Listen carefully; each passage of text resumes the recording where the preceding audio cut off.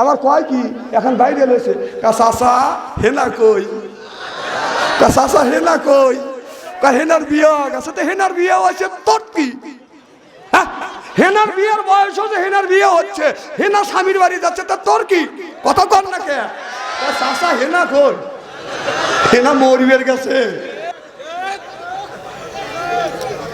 হেনার কথা বাদ দাও, তুমি যে হেনা গিয়ে সংসার করবে ওই হেনার চিন্তা করো। প্রীতির জ্বালা মোবাইলের মেলা, এখন আর চিঠি লেখা লাগে না।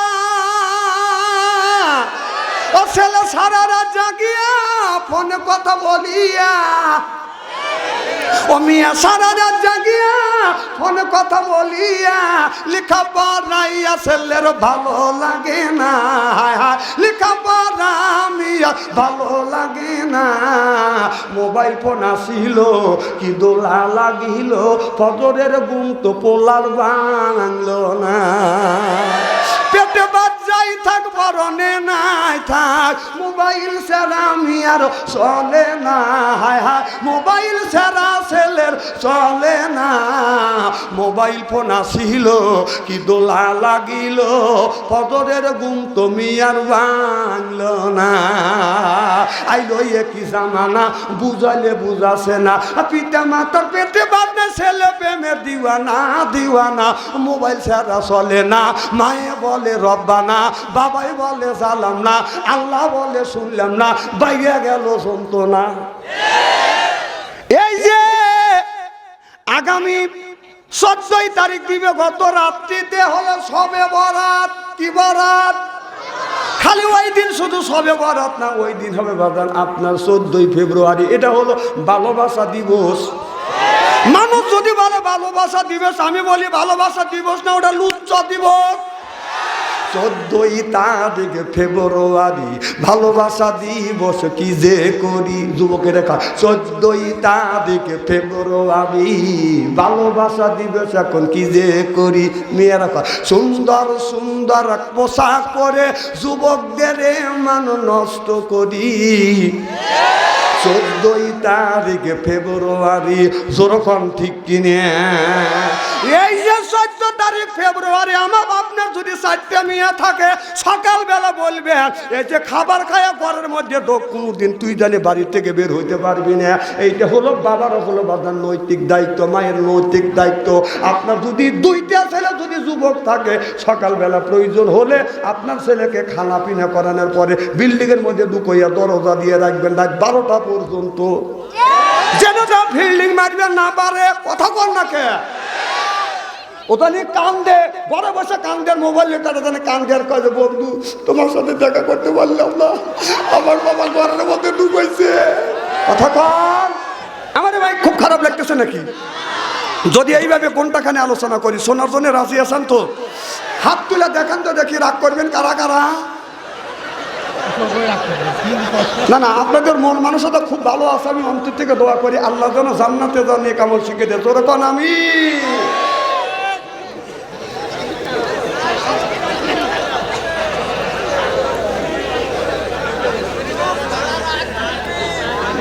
মারহাবা, একটু জোরে কর, আরো জোরে কর মারহাবা। আমার ভাইরা আমি বলতেছিলাম, নামাজ যদি মানুষকে দেখানোর জন্য যদি নামাজ হয়, মানুষ দেখানোর জন্য মানুষকে দেখানোর জন্য নামাজ পড়ে কিনে কি কর? কারণ এই যে 14 তারিখ দিবে গত রাত্রিতে, এটা হলো সবে বরাত। সারা বছর নামাজ নাই, সবে বরাতের দিন বাদান গোসল দিয়ে আপনার শরীরে বাদান আতর লাগায়। এখন তো আতর লাগা না, এখন লাগায় বাদান সেন। ফরজ নাই, সুন্নাত নাই, নফল নামাজ পড়ে কয় 69 রাকাত। যারা নামাজ পড়িস না 5 ওয়াক্ত যারা নামাজ পড়ে না, তাদের জন্য সবে বরাত না। আমার কথা কি বুঝতেছেন? খবরদার যারা নামাজ পড়ে না 5 ওয়াক্ত, তারা মসজিদে ঢুকবি না। কারণ এই সবে বরাত নামাজ তোদের জন্য না, সবে বরাত নামাজ হলো নামাজি ব্যক্তির জন্য। সুবহানাল্লাহ জোরে কর। সবে বরাত নামাজ কার জন্য দিছে? এই যে দেখেন, যারা 5 জায়গা না 5 ওয়াক্ত নামাজ পড়বে, আল্লাহ নবীর কাছে আল্লাহ জানিয়ে দিয়েছে, বন্ধুরে যারা 5 জায়গা না 5 ওয়াক্ত নামাজ পড়বে তাদের জন্য আমি আল্লাহ দিয়েছি সবে বরাত, সবে কদর, সবে মরাত, ঈদুল আজহা আর ঈদুল ফিতর। সুবহানাল্লাহ জোরে কর। কারণ হাদিস শরীফের মধ্যে আসছে সবে বরাত সবে মেরাজের যেই ব্যক্তি পাঁচগানা 5 ওয়াক্ত নামাজ পড়ে ওই লোকটা যদি আপনার সবে বরাত সবে কদরের দিন যদি আপনার ঈদুল আযহা ঈদুল ফিতরের দিন তো নামাজ পড়ে 1000 বছর পর্যন্ত ইবাদত করলে যে সওয়াব হয়, একটা দিন ইবাদত করলে একটা রাত ইবাদত করলে সেই সওয়াব তার আমলনামায় বাদান লিখে দেয়। আর যারা নামাজ পড়ে না সবে বরাতের দিন যা বাদান আপনার মারামারি ভাটাভাটি করে জিলেপি লিয়ে এরপরে রুটি লিয়ে কত নষ্ট করবে দেবে। যাবার নামাজ পড়ে কি বাইর থেকে গরুর গোশত দিয়ে খাবার খাচ্ছি খায়া আমার ও করিস কে হুজুর পোলাও আর গরুর গোশত দিয়ে খাইছি কম তো কাজ খাবের করছে কি হুজুর শুনছি নাকি আজকে খালি নাকি ভালো মন্দ খালে সারা বছর মানুষ ভালো মন্দ খায়, সকালবেলা যা দিয়ে যে কাঁচামরিচ আর পেয়ে জাতিলে খাচ্ছে কম কে রাত পোয়াও সময় বলো না আল্লাহ তো গরুর গোশত থেকে নামা এত নিচে নামাইছে পান্থা ভাত আর কাঁচামরিচ আর পেঁয়াজ খাওয়াইছে। কথা কও স্ত্রী করিয়ে থুয়ে যাবো আজকে। হয় জিনাই দহ আসবো না হয় না আসবো, এক জিনাই দহ না আসলে বাচ্চা অন্তরে কি হবে?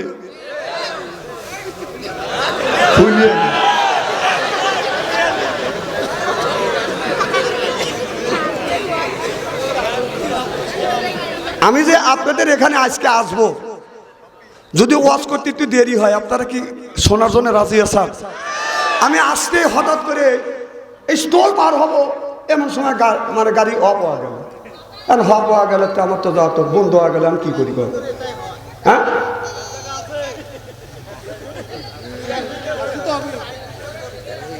কথা যা করবেন বেটা সালের মতো কর না কি জানি বললেন উত্তর দিয়ে দেই।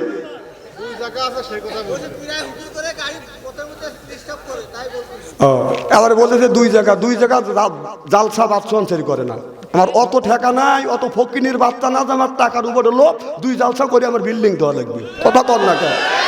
যারা আমি 2 জালসা করি না আর যারা 2 জালসা করে 3 জালসা করে ওই শালাকে আমি দেখতে পারি না।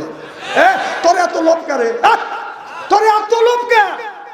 মানে এর মানে হলো বাংলাদেশের সব মানুষ মরে যায় আর ওর বউ বাঁচে থাক আদম নবীর মতো আবার জন্ম দিয়ে বাংলাদেশ পরিপূর্ণ করবে। কি বুঝায়? তোর সাথে জালসাকে কম পাই নাকি? শত শত জালসা ফেরত দেবে। আমি যদি একটা জালসা করি আর 3টে জালসা আসলে আমার এবাই করবে ভাই রাগ করতেছে না? রাগ করবো কেন? মুখ ছোট করে রয়েছে, আমি আবার মুখ ছোট লোক দেখতে পারি না। আমার কথা কি বুঝতেছে? না বাংলাদেশে আরো ওলামা আছে না, আলেম ওলামা আছে না? তা আমি একাই যদি 4টে বাস্তা করি তাহলে ওইগুলি কি করবে? তাহলে বোঝা গেল ওরা মরুক, তুই আর তোর বউ বাইচে থাক। কথা স্ত্রী করে ছেড়ে দেবো। আপনি আমার কাছে ওই রকম করে না, বাচ্চা আনথালি ডাবল জালসা করে না। হ্যাঁ ডাবল জালসা কখন করি? এই যে অক্টোবরে, অক্টোবরে আমার 15টা মাহফিল মিস গেছে বৃষ্টির কারণে। এখন ওই 15টা মাহফিল আমার তুলতে হবে না? কথা কয় না। ওই 15টা মাহফিল তোলার জন্য আমি ডাবল করি। তাছাড়া অত টাকা আমার পরে নাই, অত আমার লোভ নাই। হ্যাঁ লোভ টাকার দরকার সবার আছে, কিন্তু এত টাকার দরকার নাই। আল্লাহ বলছে যে আল্লাহ এত টাকা দিও না যে বেশি টাকা হলে যেন ইমান নষ্ট হওয়া যাবে। অত টাকার দরকার নাই। আমিও যে দরবেশ বাবা না যে কোটি কোটি টাকা মানুষের তা খায়া দেয়া দাড়ি কাটিয়া পলাবো। মারহাবা একটু জোরে কর নারায়ণ তাকবীর। আমি ডাবল জালসা খুবই কম করি, খুব কম। কারণ যেগুলো মিট যায় ইচ্ছা করে আমাকে ডাবল জালসা টাকার লোভ দিয়ে দেখাই আমাকে ডাবল জালসা করে দিতে পারবে না। আপনি ও টেনশন করেন না যে আমি আর এক জালসা করিয়েছি। বিপদ মানুষের আসতেই পারে, গাড়ির ঘোড়ার ব্যাপার। আমি ভালো মানুষ আসতেছি কে তুমি না ভালো মানুষ কথা বলতে স্টপ কে তখন না ব্যক্তি দেখাকো ও এটা বোঝো, আর গাড়ি ঘোড়ার কলকাতার খবর বোঝো না। স্টার্ট নিচ্ছে কি করছেন, কি করার আছে কর। না কথাকে আমি অবাস্তব বলতেছি নাকি? মার হবা একটু জোরে কর। আমার ভাইরা, মুসলমান ভাইরা, আল্লাহর হাবিবের প্রিয় উম্মতেরা ভালো করে লক্ষ্য করে শুনুন বাদান, হযরতে আল্লাহর আলী আদহাম রাহমাতুল্লাহ আলাইহি বাদান তিনি ঘুমিয়ে আছে। এমন সময় কে যেন স্বপ্নের মধ্যে দেখাছে, আদহাম গুলে জান্নাত নামে মহিলা, এই মহিলাটাকে তোমাকে বিয়ে করতে হবে, বিয়ের জন্য তুমি তৈরি হও। অমুক বাদশার মিয়া, বাদশার নাম হলো আব্দুল্লাহ, আর বাদশা আব্দুল্লাহর একমাত্র মিয়ার নাম হলো বাদান গুলে জান্নাত। গুলে জান্নাত ওই জামানার মধ্যে বাদান সুন্দরী মহিলা, এত সুন্দর মহিলা বাদান, এত সুন্দর মহিলা, মেয়েটা এত সুন্দর চেহারা, এত সুন্দর আল্লাহওয়ালা, 5 ওয়াক্ত নামাজ পড়ে, রোজা রাখে, মিথ্যা কথা কয় না, রাস্তা দিয়ে যখন চলে বাদান পর্দা করে বাদান চলে। আর তার চেহারাটা বাদান এত সুন্দর হবে, হাতটা বাদান গোল, চোখের পাতাটা বাদান টানা টানা, আর নাকটা হলে টিয়া কাটিং, আর ঠোঁটটা হলো বাদান ফুলের পাপড়ির মতো। চিল্লা কলমার হাওয়া কে যেন বলে গেল, আদহাম গুলে জান্নাতকে তোমার বিয়ে করা লাগবে, তুমি তাকে বিয়ে করবার জন্য প্রস্তুতি নাও। হযরতে আদহাম মনে মনে চিন্তা করলেন, ঘুম থেকে যখন জাগলেন, জেগে চিন্তা করলেন এটা ঘুম না, এটা আমার স্বপ্ন না, কারণ আল্লাহ ইলহাম লাইসা বিহুজ্জা, আল্লাহ যখন ইচ্ছা হয় ওলি বান্দার সাথে কথা কয়, আর ওলি বান্দার যখন ইচ্ছা হয় আমার মাওলার সাথে কথা কয়। আল্লাহু আকবার বলেন। আদহাম, হযরতে আদহাম রাহমাতুল্লাহ আলাইহি বলে এটা স্বপ্ন না, মনে হয় ধোঁকা দেখছি, এটা ধোঁকা দেখছি। পরের দিন আবার এশার নামাজ পড়িয়া আমার নবীর উপরে বাদান দরুদ ও সালাম পেশ করিয়া হযরতে আদহাম বাদান ঘুমিয়ে আছে। কে যেন স্বপ্নের মধ্যে বলে, দেখে বলে, আদহাম গুলে জান্নাতকে তুমি বিবাহ করবার জন্য তুমি প্রস্তুতি নাও। এই স্বপ্ন বাদান একদিন নয়, 2 দিন নয় বাদান, 3 দিন পর্যন্ত বাদান দেখছে। দেখিয়া বাদান আদহাম কি করলেন বাদান, আপনার জঙ্গল থেকে কিছু কাঠ কাটিয়ে বাজারে বিক্রি করবার জন্য যাচ্ছে। খবর আসলো পুরুষ মানুষ যারা আসাও সবাই তোমরা সাইড কাটো, আর বাদশাহ আব্দুল্লাহর মিয়া গুলে জান্নাত এখন এখান দিয়ে সফর করবে। এবার ইব্রাহিম বিন আদহাম বাদান, তার নাম হলো বাদান আদহাম, ওই লোকটা আদহাম আল্লাহর ওলি আদহাম বাদান গাছের আড়ালে বাদান দাঁড়া আছে, আর মনে মনে চিন্তা করতেছে গুলে জান্নাত। আমাকে স্বপ্নের মধ্যে কে যেন বলে গুলে জান্নাতকে তোমার বিয়ে করতে হবে, আর গুলে জান্নাত থেকে বিয়ে করবার জন্য তুমি প্রস্তুতি নাও। এবার গুলে জান্নাতকে আমি এক নজর দেখবো। তিনি গাছের আড়াল থেকে ও বাদান তাকাছে, দেখে একটা হাওড়া একটা পালকির মধ্যে দিয়ে যাচ্ছে, দেখা যাচ্ছে না। হঠাৎ করে আদহাম যেই জায়গায় বাদান দ্বারা আসে, পাশাপাশি আসার সাথে সাথে বাদান আপনার ওই পালকির হাওড়ার বাদান একটা জানলা পড়ে গেছে। তিনি ওই জানলা দিয়ে লক্ষ্য করে দেখে গুলে জান্নাত, এত সুন্দর চেহারা বাদান, এত সুন্দর চেহারা। তিনি চিন্তা করতেছে তাহলে এই গুলে জান্নাতকে আমার সাথে বিয়ে দিবে, কারণ আমি গরিব মানুষ, আমি জঙ্গলার ভিতরে থাকি, আমি একজন সাধক মানুষ, আল্লাহর ওলি বান্দা, আর কাঠ কাটিয়ে এইটা বাজারে বিক্রি করে, এইটা দিয়ে পেট চালায়, আর এই বাদশার মিয়া গুলে জান্নাতকে আমার সাথে বিয়ে দিবে। লোকটা বাজারে যায় বাদান আপনার খড়িতে বাদান বিক্রি করলে, খড়ি বিক্রি করিয়ে অর্ধেক টাকা মানুষের মধ্যে, গরিব মানুষের মধ্যে বাদান দান করে দিলেন, আর অর্ধেক টাকা দিয়ে 1 সপ্তাহের জন্য বাদান বাজার করে নিয়ে আসলেন কারোর নিজের পেটটা চালানোর জন্য। বাজারে নামাজ পড়িয়ে আবার নিয়ত করে ঘুমাইছে, আল্লাহ রাত 12টার পরে তুমি আমার ঘুমটা ভাঙাইয়ে দিও, আমি তোমার নামে আমি 4 রাকাত তাহাজ্জুদ নামাজ পড়বো। তিনি দরুদ পড়তে পড়তে ঘুমিয়ে পড়ছে। কে যেন স্বপ্নের মধ্যে বলে দেয়, এ আদহাম গুলে জান্নাতকে বিয়ে করবার জন্য তুমি প্রস্তুতি নাও। মারহাবা কর। এই দাঁড়ালে করে, এই যুবক, এই দাঁড়া, বসো বসো, গুলি হবে গুলি। কি আমার মাহফিলে আসা যায় যাওয়া যায় না, একটা লোক যাইতে পারবেন না, ফেলু মনে করছো না? না পেশাব আসলে ওই জায়গায় মুতবে, তাও যাইতে পারবে না। খেয়াল খুশি ভাবে কোরআনের মাহফিলে আসে, আর কোরআনের মাহফিলটা ঘুট করে চলে যায়। জানেন এটা ফরজ ইবাদত। সুবহানাল্লাহ একটা জোরে কর। আল্লাহ বললেন, ইযা কুরিআল কুরআনু ফাসতামিউ লাহু আনসিতু লাআল্লাকুম তুরহামুন। কথা কার? আল্লাহ বললেন যেই জায়গা কোরআনের কথা হাদিসের কথা আলোচনা হয়, ওই জায়গায় আল্লাহর রহমত বর্ষিত হয়। সুবহানাল্লাহ, তো জোরে পানা। আল্লাহর এক বিন্দু রহমত যদি হাতের উপরে পড়ে এটা হয় বাদান গজমতি। আল্লাহর এক বিন্দু রহমত যদি বাদান সাপের উপরে পড়ে এইটা হয় সাপের মণি। আল্লাহর এক বিন্দু রহমত যদি আল্লাহর কোনো বান্দার উপরে পড়ে এই লোকটা হয় আল্লাহর ওলি। আল্লাহর ওলি লা আল্লাকুম তুরহামু।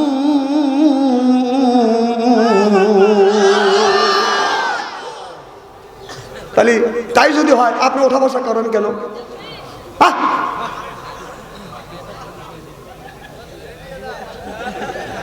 মারহাবা করো, কথা কব না তোমার। তুমি চিন্তা করে হুজুর ইস্তেরি করে না, কাজকে ইস্তেরি করিয়ে ছেড়ে দেবো। আমার ভাইয়ের আমার এবার হরজতে আদহাম আপনার এই সান নামাজ পড়িয়া যখন বাদান ঘুমিয়ে আছে কে যেন স্বপ্নের মধ্যে বলতেছে, আদহাম গুলে জান্নাতকে বিবাহ করবার জন্য তুমি প্রস্তুতি না। এই স্বপ্ন বাদান দেখছে, ঘুম ভেঙে গেছে বাদান, ঘুম থেকে জেগে দেখে রাত 12টা পার হয়ে গেছে। অজু দিছে, অজু দিয়ে তাহাজ্জুদ নামাজ পড়ি আল্লাহর কাছে হাত তুলে কান্দে আর বলে, আল্লাহ এই গুলে জান্নাতকে কে যেন স্বপ্নের মধ্যে বলে তুমি গুলে জান্নাতকে বিবাহ করবার জন্য প্রস্তুতি নাও। আল্লাহ আমি বিবাহ করবার জন্য প্রস্তুতি নিছি। আজকাল ছেলেরা বিয়ে করবার জন্য বাদান প্রস্তুতি নেয় না, মোবাইলের মধ্যে আগে প্রেমার ভালোবাসা করে। প্রেম প্রীতির জ্বালা, মোবাইলের মেলা, এখন আর চিঠি লেখা লাগে না। ও ছেলে সারা রাত জাগিয়া ফোনে কথা বলিয়া, ও মিয়া সারা রাত জাগিয়া ফোনে কথা বলিয়া লেখা পড়াইয়া ছেলের ভালো লাগে না। লেখা পড়া মিয়া ভালো লাগে না। মোবাইল ফোন আসিল কি দোলা লাগিল, ফজরের ঘুম তো পোলার ভাঙলো না। পেটে বাচ্চাই থাক বরণে নাই থাক, মোবাইল ছাড়া আমি আর চলে না। হায় হায় মোবাইল ছাড়া ছেলের চলে না। মোবাইল ফোন আসিল কি দোলা লাগিল, ফজরের ঘুম তুমি আর ভাঙল না। আইলো কি জামানা বুঝাইলে বুঝাছে না। পিতা মাতার পেটে বাঁধে ছেলে প্রেমের দিওয়ানা দিওয়ানা। মোবাইল ছাড়া চলে না। মায়ে বলে রব্বানা, বাবাই বলে সালাম না, আল্লাহ বলে শুনলাম না, বাইরে গেল শুনতো না। ইস্তেরি হচ্ছে না, এমন ইস্তেরি করবো আজকে। হয় শৈলকুপা থানায় আসবো, না হয় না আসবো। হ্যাঁ এই তো পাম দেওয়া শুরু করলে। আরে আল্লাহ দাঁড়িয়েও টাকা দিচ্ছে আর এইরকম পাম দেওয়া ধরছে। না আপনি মুরব্বী মানুষ, আপনি যদি পাম দেন তাহলে যুবকরা কি করবে? মারহাবা একটু জোরে কর। আমার ভাইয়ের আমার হযরতে আদম মোবাইলে প্রেম করে না। আদম বাপের বেটা আদম আবাদান সকালবেলা ফজরের নামাজ পড়ছে, কোরআন তেলাওয়াত করছে। সুবহানাল্লাহ, একটু জোরে কর। ছোটবেলা দেখছি বাদান আপনার রাস্তা দিয়ে হাইতে গেলে বাদান প্রত্যেক ফজরের নামাজ পড়িয়ে হাইতে গেলে প্রত্যেক বাড়ির থেকে বাদান কোরআন তেলাওয়াতের আওয়াজ শোনা গেছে। ইয়াসিন ওয়াল কোরআনিল হাকিম ইন্নাকা লামিনাল মুরসালিন। এখন রাস্তা দিয়ে যদি হাইটে যাওয়া যায়, ফজর নামাজ যায়, কোন বাড়ির ভিতর থেকে বাদান কোরআন তেলাওয়াতের আওয়াজ শোনা যায় না। বড় বাড়ির পাশ দিয়ে হাইটে গেলে বাদান আপনার গানের আওয়াজ শোনা যায়। একদিন দেখলে ফজর নামাজ পড়িয়ে বাদান রাস্তা দিয়ে হাইটে যাচ্ছে, কে যেন ওই বিল্ডিং এর জানলা দিয়ে গান গাচ্ছে, তুমি না আসিলে বাড়িতে আগুন লাগাইয়া দিব আমার শাড়িতে। অমনি আমি দাঁড়াইয়া গেলাম। আমি প্রতিবাদ চিন্তা করলাম, প্রতিবাদ যদি না করি আল্লাহর আদালতে আমি আসামি হয়ে যাবো। হযরত হাসান ইবনে সাবির রাদিয়াল্লাহু তাআলা হইতে হাদিসটিতে বর্ণিত, ক্বালা ক্বালা রাসূলুল্লাহ সাল্লাল্লাহু আলাইহি ওয়াসাল্লাম বলেছে, বিল বাসাই ওয়াজাররাই ওয়াহিয়াল বাসরিয়াতুল জান্নাহ, রাওয়াহুল বুখারী। আল্লাহু আকবার। হাদিস শরীফের মধ্যে আছে, অন্যায় দেখলে প্রতিবাদ করো, অন্যায়ের পক্ষে কথা বলো, এটা হলো ইমানদারের নৈতিক লক্ষণ। আমি চিন্তা করলাম যদি প্রতিবাদ না করি কিয়ামতের ময়দানে বোবা শয়তান হয় আল্লাহর আদালতে আমার দাঁড়াইতে হবে। ও যখন বলতেছে না আসিলে বাড়িতে আগুন লাগাইয়া দিব আমার শাড়িতে, আমি কই তোর শাড়ি তুই আগুন লাগা মরবি, তাতে আমার কি, মর তুই মর। তখন আমি প্রতিবাদ করে জানালাম তুই না দাঁড়ালে নামাজে তোর নামটি থাকবে লেখা জাহান্নামেতে। ওতে তোমার নামে মামলা হবে, তোমার নামে সালিশ হবে আল্লাহ তাআলার দরবারে। না দাঁড়ালে নামাজে তোর নামটি থাকবে লেখা জাহান্নামেতে। চিল্লা কম ঠিক কিনে, যেই ব্যক্তি নামাজ পড়বে না জাহান্নাম ওর ঠিকানা হবে। আপনারা কি মত, কি একমত? যারা নামাজ পড়ে না হেরা এভাবে রয়েছে চিন্তা করে আমি নামাজ পড়ি না, হুজুর আমার বিপক্ষে ওয়াজ করতেছে। আচ্ছা যে নামাজ পড়ে তারে কি বলে? নামাজি। যে নামাজ পড়ে তারে কি বলে? আরো জোরে। যে সুদ খায় তারে কি বলে? যে ঘুষ খায় তারে কি বলে? তাহলে আল্লাহর ভাষায় যে নামাজ পড়ে তারে বলা হয় নামাজি, যে নামাজ পড়ে না তারে বলা হয় বেনামাজি, যে সুদ খায় তারে বলা হয় সুদখোর, যে ঘুষ খায় তারই তো বলা হয় ঘুষখোর। ভাই একটা বালিশ দেও।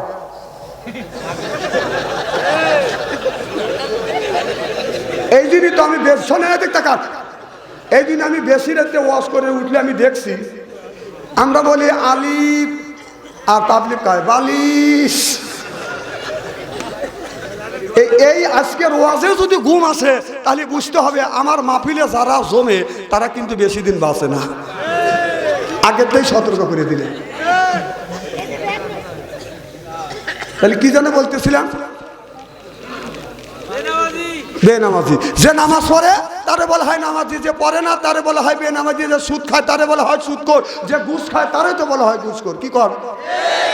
এখন সকালবেলা ফজরের নামাজ পড়ে রাস্তা দিয়ে হাইটে যাচ্ছি ভাইজানেক নিয়ে, যদি একজন বেনামাজি ব্যক্তি রাস্তা দিয়ে হাইটে যাচ্ছে তাকে যদি ডাক দেওয়া যায় বেনামাজি ভাই শোনেন তো, ও খুশি না বেজার? ও ঘুরে উঠবে কাককে বেনামাজি বললি, কথা কম। বেনামাজি বেনামাজি বললি, তুমি নামাজ পড়ে না তোমাকে আল্লাহর ভাষায় বেনামাজি বলা হয়, তোমাকে বেনামাজি বললি তুমি রাগ করো কে? হ্যাঁ, ও তোমাকে পিসাব কব। নামাজ পড়ে না ও বলে বেনামাজি কব না, নামাজি বলে রাখবো। হ্যাঁ বেনামাজি কয়েন চল ফাটা দিবিনি। না না আপনি বলে যে যে লোকটা নামাজ পড়ে না রাস্তাতে হাইটে আপনি বেনামাজি শোন তো দেন কি করে আপনি? এখন বুঝছে যে সুদ খা তারা কি বলে, কথা কয় না। দেশে সুদ খা তারা বলা হয় সুদখোর। সকালবেলা ফজরের নামাজ পড়ে ভাইজানকে সাথে করে নিয়ে হুজুরকে সাথে নিয়ে যদি সুদখোরের বাড়িটা যদি ডাক দেওয়া যায় সুদখোর ভাই বাড়িতে আছেন, ও খুশি না বেজার? জোরে বলুন।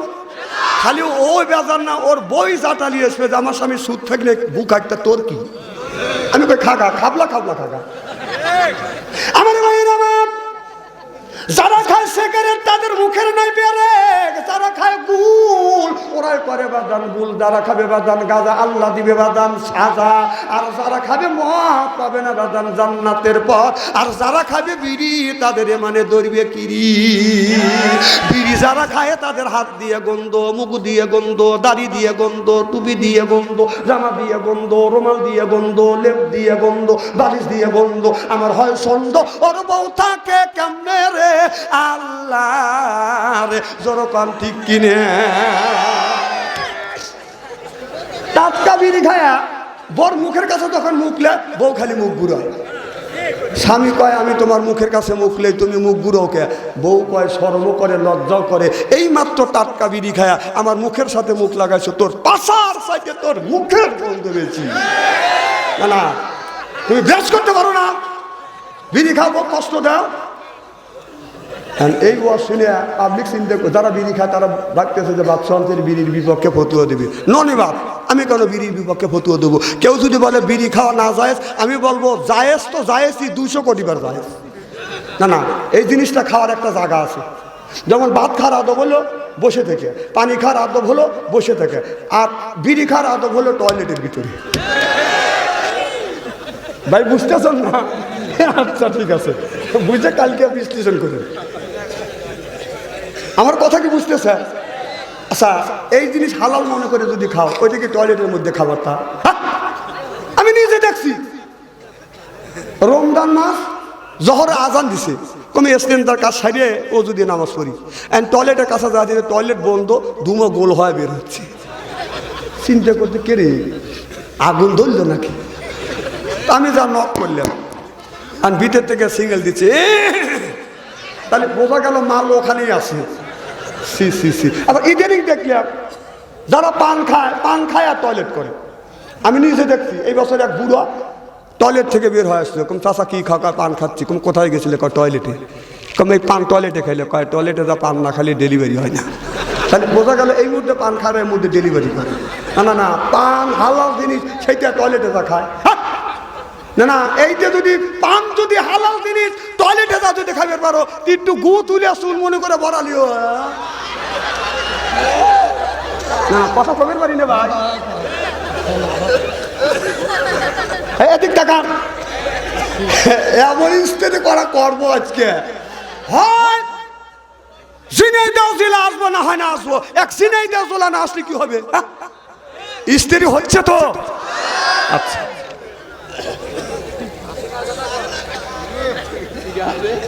হাসিনা তো বলা গেছে, ওটা কয় আমার লাভটা কি? না না, ও তো বলা গেছে, আর কি লাভ? দেশ বাঁচান লাগবে, মানুষের ইমান বাঁচান লাগবে। কথা কর না কে আমার ভাইয়ের আমার।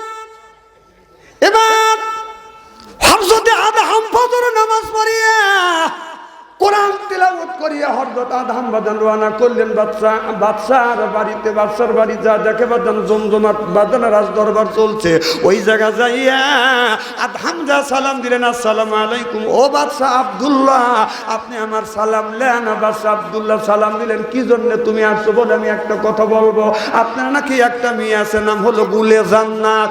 বলে, হ্যাঁ আমার একটা মেয়ে আছে গুলে জান্নাত। তবে আপনার মেয়ে আছে, আপনি যদি আপনার মেয়ে আমার সাথে যদি বিয়ে দেন, আমি আপনার মেয়েকে বিয়ে করব। এবার বাদশাহ আব্দুল্লাহ বলল, তোমার নাম কি? বলে, আমার নাম আদহাম। তুমি কোথায় থাকো? কি পরিচয়? বলে, জঙ্গলার মধ্যে থাকি। বলো, কি কাজ করো? বলে, কিছু কাঠ কাটি, এরপরে বাজারে বিক্রি করে সংসার চালাই, আর বাকি সময়টা আমি আল্লাহর নামে কোরবান করে দেই। বাদশাহ এই কথা যখন বললেন, বিয়ার প্রস্তাব দিলেন, বাজান এলাকা স্তব্ধ ধরে গেল। বাজান স্তব্ধ হয়ে গেল। বাজান আপনার কেউ বাজান কথা বলে না। কিছুক্ষণ পরে এবার আদহাম বলে, বাদশাহ আপনি কি আপনার মেয়েকে বিয়ে দিবে না? বলে, বাবা আমার মেয়ে যুবতী হয়েছে, তবে আমি বিয়ে দিব। কিন্তু আপনার বাদশাহ আব্দুল্লাহ আদহামের মুখের দিকে তাকাইয়া চিন্তা করতেছে, এত সুন্দর চেহারা, তার চেহারা থেকে নূরের আলো বাজান ঝিলমিল ঝিকমিক ঝিকমিক করে জ্বলতেছে। মামান সাফলাত মাওয়াজিনুহু, আল্লাহু আকবার।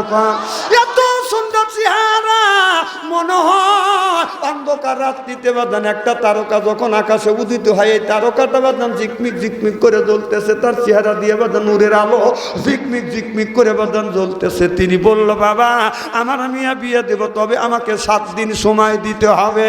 এবার আদহাম বলল, হুজুর কবে আসবো? বলে, তুমি আগামী জুম্মা নামাজ পর তুমি আমার এই বাড়িতে আসবে, আমি তোমার সাথে বিয়ে দিব কি দিব না। এই বলে বাদান বাদশা যখন বাড়ির মধ্যে বাদান চলে গেল, বাদশার বিবি যখন বাদশার কাছে যায়, বলে, বাদশা দৈনিক রাজ দরবার থেকে হাসি খুশি মনে আসো, আজকে তোমার মন খারাপ কেন? দেখে বলে, বিবি রে, আমার মিয়া গুলে জান্নাত বড় হয়ে গেছে, তার বিয়ার প্রস্তাব নিয়ে একজন গরিব মানুষ, একজন ভিক্ষুক, একজন দরবেশ আসছে, তার এত সুন্দর চেহারা। তিনি যখন বিয়ার প্রস্তাব দিছে, তখন আপনি কি বলছেন? আমি বলেছি আমাকে 7 দিন সময় দাও, যদি দেই বলবো হ্যাঁ, আর যদি না দিই বলবো না। কিন্তু আমার মনে হয় এই যুবকটা সাধারণ মানুষটা, এই যুবকটা আমার বিশ্বাস, এই যুবকটা আল্লাহর ওলি। সিল্লাকান মারহাবা। এবার বাদশা আব্দুল্লাহ আল্লাহ রাসূলের হাদিস মনে পড়ে গেল। বাদশা আব্দুল্লাহ বললেন, আল্লাহ রাসূল বলে, সে মেয়ে যদি থাকে এমন ছেলের সাথে ওই মেয়েটাকে বিয়ে দিবে যেই ছেলেটার ভিতরে 4টা গুণ আছে। যেরকম কয়টা? চার গুণের যুবকের সাথে যদি মিয়া বিয়ে দেওয়া যায় দুনিয়া শান্তি, মরে গেলে এই যুবকটা হবে বাজান জান্নাতি। যারা মিয়ার বাবা আছেন আমি আপনাদের পায়ের নিচে হাত থেকে অনুরোধ করে বলবো, বাবা আপনার মিয়া বিয়ে দেন। রসুল বলেছে ওই যুবকের সাথে তুমি মিয়া বিয়ে দিবে যে এই যুবকের ভিতরে 4টে গুণ আছে, 4টে গুণে গুণান্বিত ওই যুবকের সাথে যদি মিয়া বিয়ে দেওয়া যায় এই মেয়েটা দুনিয়া শান্তি পাবে, মরে গেল মেয়েটা আল্লাহর জান্নাতি হবে। আর যারা ছেলের বাবা আছেন, ও বাবা যারা ছেলের বাবা আছেন, আপনার ছেলেকে আপনি বিয়ে করান, আপনার ছেলেকে বিয়ে করাবেন ওই মেয়ের সাথে আপনার পুত্রবধূ বানা আনবেন যে মেয়েটার ভিতরে 4টে গুণ আছে। আল্লাহ নবী বলেছে 4 গুণের গুণান্বিত ওই মেয়েকে যদি কোন যুবকের যদি বউ বানান যায় তাহলে এই যুবকটা দুনিয়া শান্তি পাবে, মরে গেল বাজান জান্নাতি হবে। সুবহানাল্লাহ তো জোরে কন। যারা ছেলের বাবা আছেন আমি আপনাদের পায়ে নিচে হাত থেকে অনুরোধ করে বলবো আল্লাহ রসুলের হাদিসের দিকে আপনি একটু তাকান, একটু ভালো করে। নবী বলেছে ছেলেকে বিয়ে করা ওই মেয়ের সাথে ছেলেকে বিয়ে দেন, ওই মেয়েটাকে ছেলের বউ বানা আনেন যার ভিতরে কয়টা গুণ। আর আমাদের মেয়েদের গুণ চতুর্দিকে বাদন জমজম করতেছে, হাতে জমজম পায়ে জমজম সিনা কম কম করতেছে। কথা কি বুঝতেছেন? অর্থাৎ হাতে চুরির আওয়াজ পায়ে নুপুরের আওয়াজ বাজান শোনায়, হাতে জমজম পায়ে জমজম সিনা কম কম করতেছে। আর অক্তে বদন তেরা মেয়েরা হেলে দুইলে চলতেছে, জোরকন ঠিক কিনে কিছু আছে ঠোঁটে লিপস্টিক লাগাইয়া এরপরে শর্ট কামিজ পরিয়ে রাস্তা দিয়ে যায় আর বলে এই যে আমার এসে এই দেখো দুনিয়া ভুলে যাবে, হায় দুনিয়া ভুলে যাবে। ওয়াও ওয়াও ওয়াও, খুব সুন্দরী হয়েছে।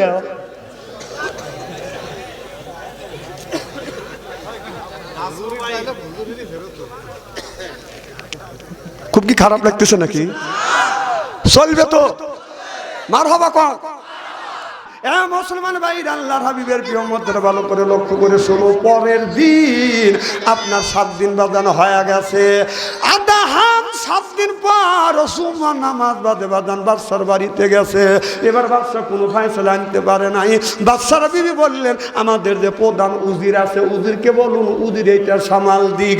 এবার বাদশার কাছে যখন আদাহাম গেছে, হুজুর আপনার মেয়েকে বিয়ে দিবেন কি বলবেন না বানা বলবেন? বাদশা বলল আমি বলবো না, আমার যে প্রধান উজির আছে সেই প্রধান উজিরটা বলবে।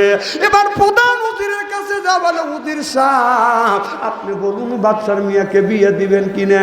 বলে হ্যাঁ বাদশার মিয়া বলে জান্নাত তোমাকে বিয়ে করবে, আমরা শুনছি বিয়ে করতে পারে, তবে এই মেয়েটার আপনার শর্ত দিছে। বলে কি শর্ত? কয় মেয়ার কাছে 2টা মাত্র আপনার মানিক্য আছে, আর 2টা মানিক্য যদি হয় 2 মানিক 2 কানে ঝুলবে, আর 2টা মানিক দিলে 2 হাতে 2টে ঝুলবে, 4টে দিবে।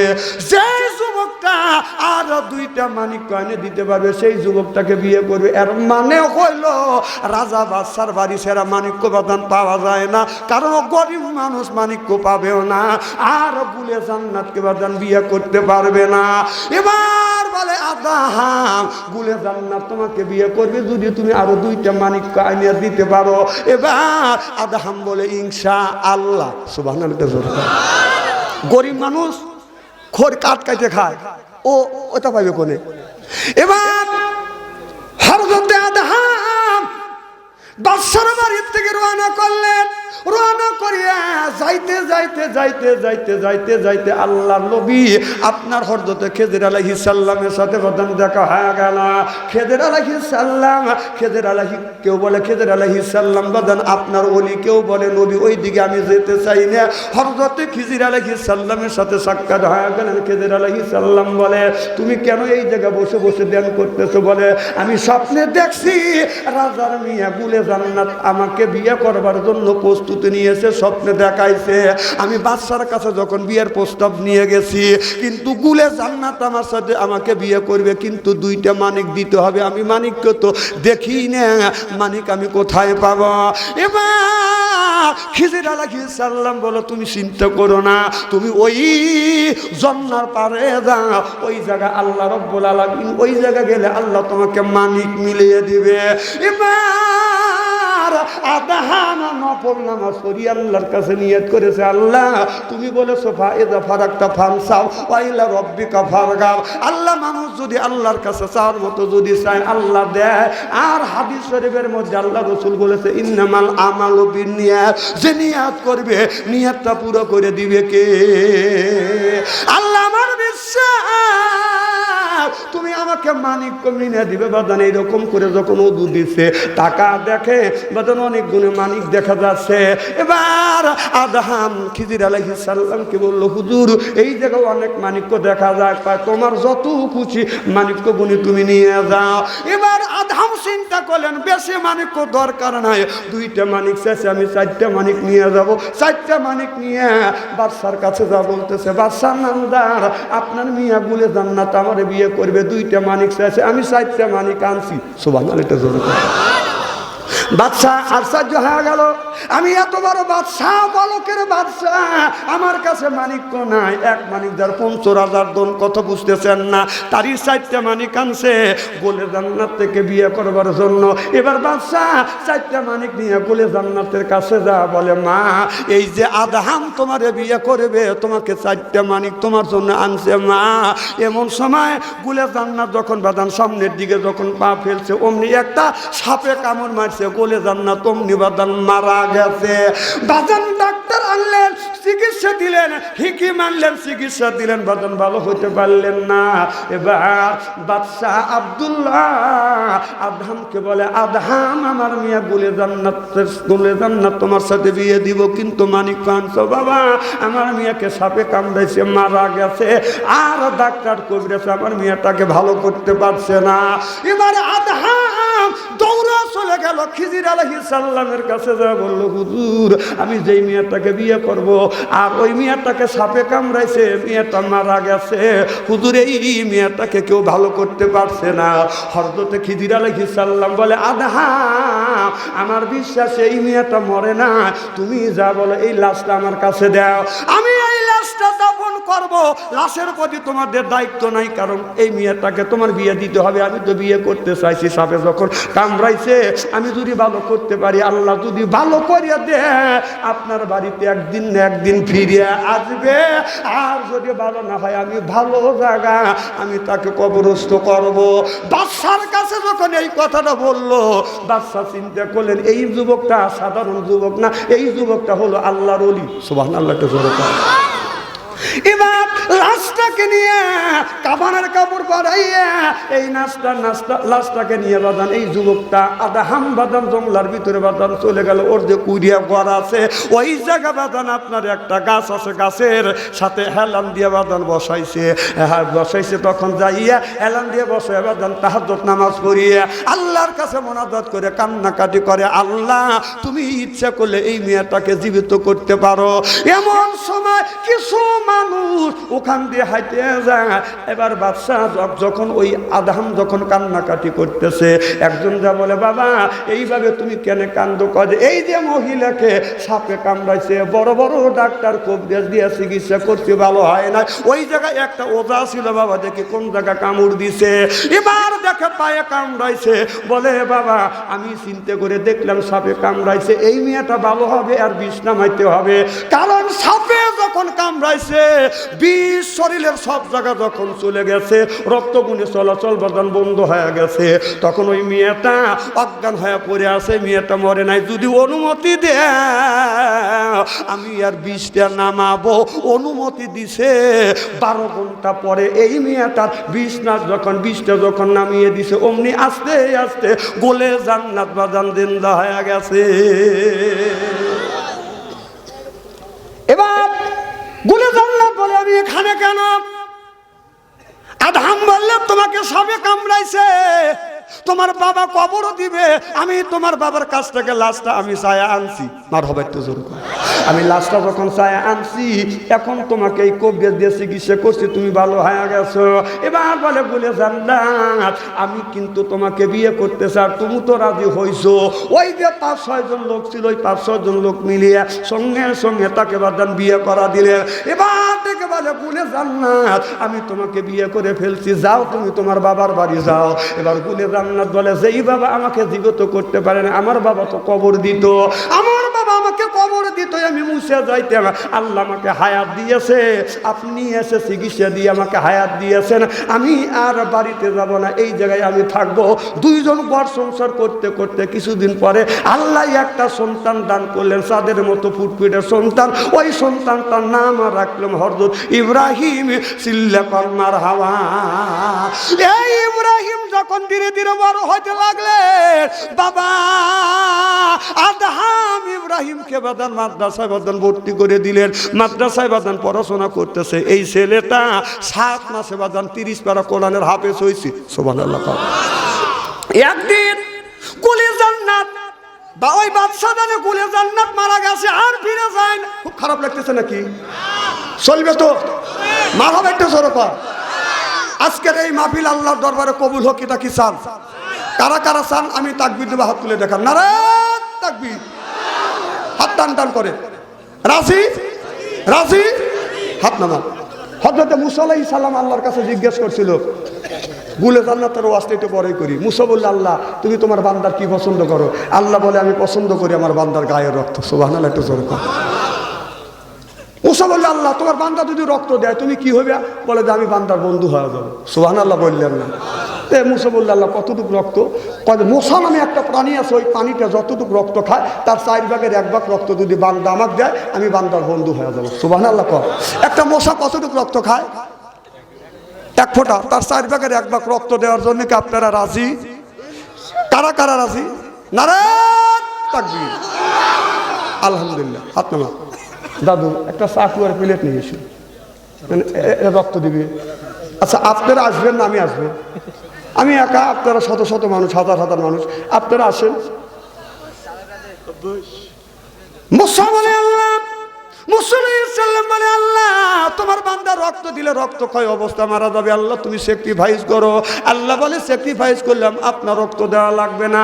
রক্ত কামানো, উপার্জন করা কিছু টাকা কিছু পয়সা বান্দা যদি আমার রাস্তায় দান করে আমি আল্লাহ বান্দার বন্ধু হব। জোরে কন্মার হাওয়া।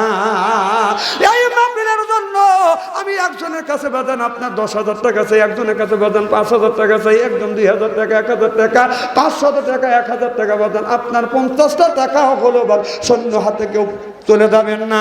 এরপরে ওয়াজটা রাখবো, মাঝখানে আমি একটু মসজিদের জন্য একটু কালেকশন করব।